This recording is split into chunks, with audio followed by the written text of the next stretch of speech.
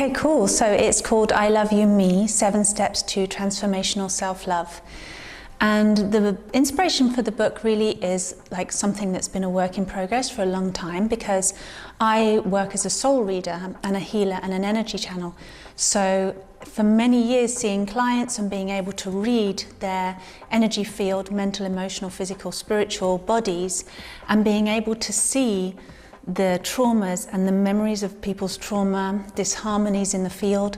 For instance, if you have a trauma that happens to you when you're a child and you think it's in the past, when I see a person's energy field, it's actually not in the past at all. It's still absolutely still there, but often ignored or forgotten about, and it's still causing a ripple effect, so to speak, throughout the whole body. So it causes a problem. And what I noticed after many, many years of doing readings like this with thousands of people is that there was one common thing which seemed to clear, heal, and solve everything. And that one thing was unconditional love.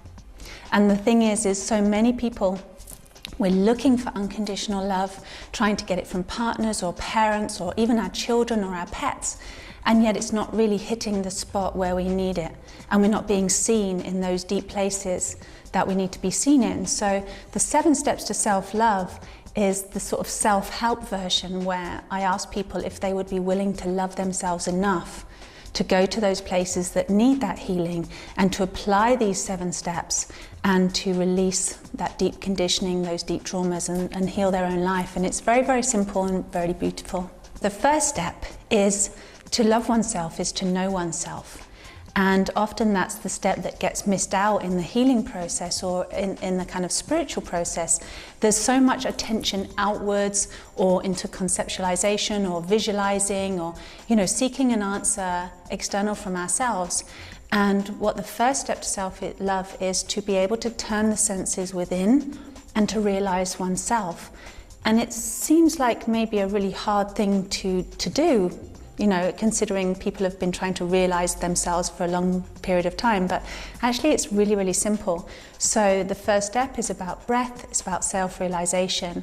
And the second step is about making that decision to actually go to that place that needs the healing, or to just, to be a happy person, just to be a healthy, whole, genuine person, and to make those best choices for yourself.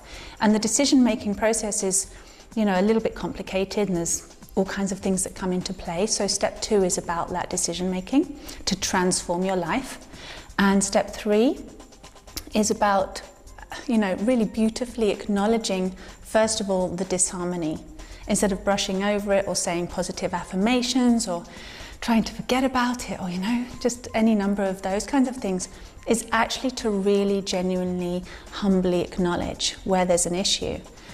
And then the 4th step is to then release and clean that disharmony, to bring it back into harmony. And the most beautiful way of doing that is through forgiveness. And self-forgiveness is a really profound process. And then the 5th step is to just apply the love and to understand what unconditional love is. And I believe that we are innately beings of unconditional love, and it's our first nature to be unconditionally loving, just like we were when we were children. So it's to come back to that place and remember who we really are, and just to be in that place of love. And then the 6th step is about gratitude and applying thanks and that beautiful acknowledgement of what is working and why you've needed to go through these things in life that you've gone through to be the person that you are today. And it's really simple, it's not complicated. And then the 7th step is about wrapping all of that up and coming home, coming back to your original pristine self and the ultimate truth of oneself. So it's like a really deep process, but it's also really simple and effective, and even my children use it.